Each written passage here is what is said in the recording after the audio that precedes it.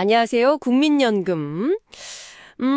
이걸 노후의 든든한 버팀목이라고 봐야 할지, 아니면 뭐랄까, 다음 세대에 좀 미안한 숙제가 될지, 오늘 여러분이 보내주신 자료들 보면서요, 이 뜨거운 감자 속을 한번 제대로 파헤쳐 보겠습니다. 네, 반갑습니다.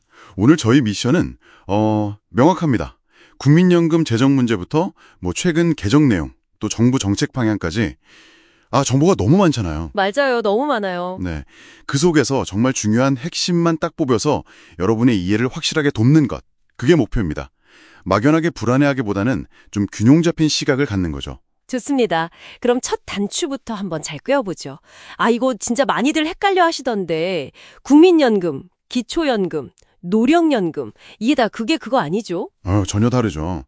아주 간단히 말씀드리면 국민연금은 내가 일하면서 낸 보험료, 그걸 기반으로 받는 사회보험이고요. 내가 낸 거 기반. 네. 그렇죠. 반면에 기초연금은 이건 세금으로 운영되는 복지제도예요. 만 65세 이상 어르신 중에 소득 하위 70%께 드리는 거고요. 그건 세금이군요. 네. 그리고 노령연금은 이건 국민연금의 여러 혜택 중 하나인데요. 최소 10년 이상 가입했을 때 노후에 받는 연금을 딱 지칭하는 이름입니다. 그러니까 이 기본 개념부터 딱 잡는 게 중요해요. 알겠습니다. 국민연금은 보험, 기초연금은 복지, 노령연금은 국민연금의 한 종류? 오케이. 그럼 이제 제일 걱정하시는 거. 내 연금 나중에 진짜 받을 수 있나? 이 기금 고갈 문제예요. 예전에 2056년이면 바닥난다 이런 얘기 있었잖아요. 지금은 어떤가요? 그 예측 때문에 불안감이 엄청 컸죠. 근데 최근에 2025년 개정 내용도 나오고 정부가 기금 운용 목표 수익률도 좀 올렸거든요. 5.5%로. 네네. 그래서 지금 예측으로는 고갈 시점이 한 2071년 정도, 한 15년쯤 늦춰질 걸로 보고 있습니다. 오, 15년이나요? 다행이네요. 근데 이게 시간을 좀 번 거지 근본적인 문제 있잖아요. 아이는 적게 태어나고 노인 인구는 확 늘어나는 이 구조적인 문제는 여전하다는 거죠. 결국에는 젊은 세대는 나는 더 내고 덜 받는 거 아니냐 이런 불만이 나올 수밖에 없겠네요. 그 자료 보니까 보험료율은 9%에서 13%로 오르는데 그 소득 대체율은 40%에서 43%로 조금 오르는 걸로 나오던데요. 이 소득 대체율 이게 정확히 뭔가요? 네, 바로 그 지점입니다. 소득 대체율이라는 게 뭐냐면 쉽게 말해 내 평생 평균 소득 있잖아요. 그거 대비 연금으로 얼마를 받게 되느냐 그 비율이에요. 내 소득 대비 비율? 네. 43%면 내 평균 소득의 43%를 연금으로 받는다. 이런 의미죠. 그러니까 보험료 부담은 확 늘어나는데 받는 돈의 비율은 조금 오르니까 특히 젊은 세대는 좀 불리하다 이렇게 느낄 수밖에 없는 거죠. 실제 분석에서도 그런 결과가 나오기도 했고요. 이게 딱 세대 갈등의 핵심 원인 중 하나예요. 그렇군요. 그럼 2025년에 바뀌는 내용들 핵심만 좀 더 자세히 짚어주시죠. 크게 어떤 게 달라지는 건가요? 크게 한 세 가지 축으로 볼 수 있을 것 같아요. 첫째는 방금 말씀드린 내는 돈과 받는 돈의 조정, 보험료율 13% 인상, 소득 대체율 43% 고정. 이게 하나고요. 네, 13 내고 43 받는다. 그렇죠. 둘째는 받는 시점의 변화. 연금 받기 시작하는 나이가 조금씩 올라가서 최종적으로는 67세까지 올라갑니다. 67세요? 점점 늦어지네요. 네. 그리고 셋째는 이게 논란이 좀 있었는데 신뢰도 강화. 국가가 지급을 보장한다. 이 문구를 법에 아예 명확히 나왔습니다. 그건 다행이네요. 법으로 보장한다. 네. 그 외에도 첫째와부터 출산 크레딧 주고 군복무 크레딧 기간 늘리는 이런 지원책도 있고요. 또 소득 있는 노령연금 수급자분들 연금 깎이는 기준도 좀 완화됐어요. 월 소득 한 509만 원?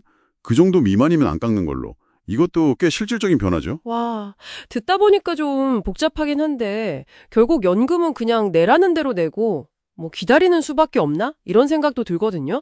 제가 좀 직접 연금액을 늘려볼 방법 같은 건 없을까요? 왜 없겠어요? 당연히 있죠. 그냥 가만히 있을 필요는 없습니다.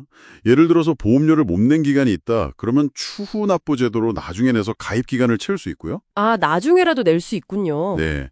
그리고 혹시 소득 활동이 중단돼도 임의 가입이나 임의 계속 가입으로 가입 기간을 좀 유지하거나 더 늘릴 수도 있어요. 오. 또 만약에 당장 연금이 급하지 않다. 그러면 수령 시점을 최대 5년까지 미룰 수 있거든요. 네. 이게 연기연금인데 그러면 연금액이 최대 36%까지 늘어나요.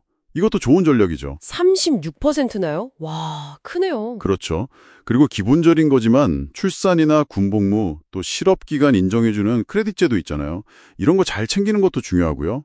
그러니까 적극적으로 관리하는 만큼 혜택도 커지는 겁니다. 와, 그렇군요. 개인적으로 할 수 있는 노력 말고 좀 더 큰 틀에서의 변화는 어떻습니까? 지금 현 이재명 정부는 이 문제를 좀 어떻게 풀려고 하는 건가요? 아까 뭐 모수개혁, 구조개혁 이런 얘기도 잠깐 나왔는데요. 네, 현 정부는 그 지속 가능한 개혁, 이걸 굉장히 강조하고 있어요. 기존에 논의되던 보험료율 13%, 소득대체율 44% 안을 기본으로 가져가되 이게 모수개혁, 그러니까 단순히 숫자만 조정하는 거잖아요. 네, 비율 조정. 그렇죠.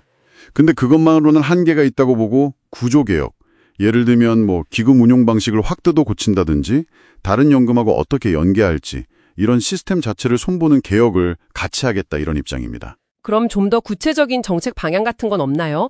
아까 말씀하신 세대 갈등 문제라든지 이런 건 좀 완화하려는 노력 같은 거요. 네, 있습니다.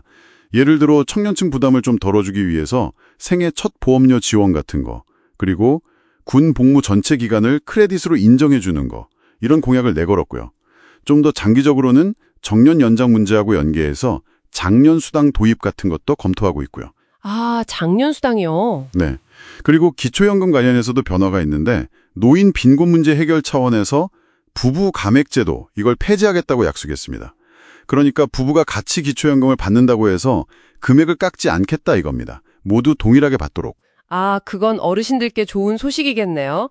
자, 오늘 국민연금이라는 참 큰 산을 같이 한번 넘었네요. 아휴, 알면 알수록 복잡하긴 한데 그래도 외면할 수는 없는 정말 우리 모두의 문제인 것 같습니다. 맞습니다. 핵심은 결국 그거죠. 재정 안정이라는 이 현실적인 문제하고 노후 소득 보장이라는 이상 사이에서 어떻게 균형점을 찾을 거냐. 그리고 이걸 위해서 사회 전체가 어떻게 합의를 이룰 거냐. 이게 중요하고요.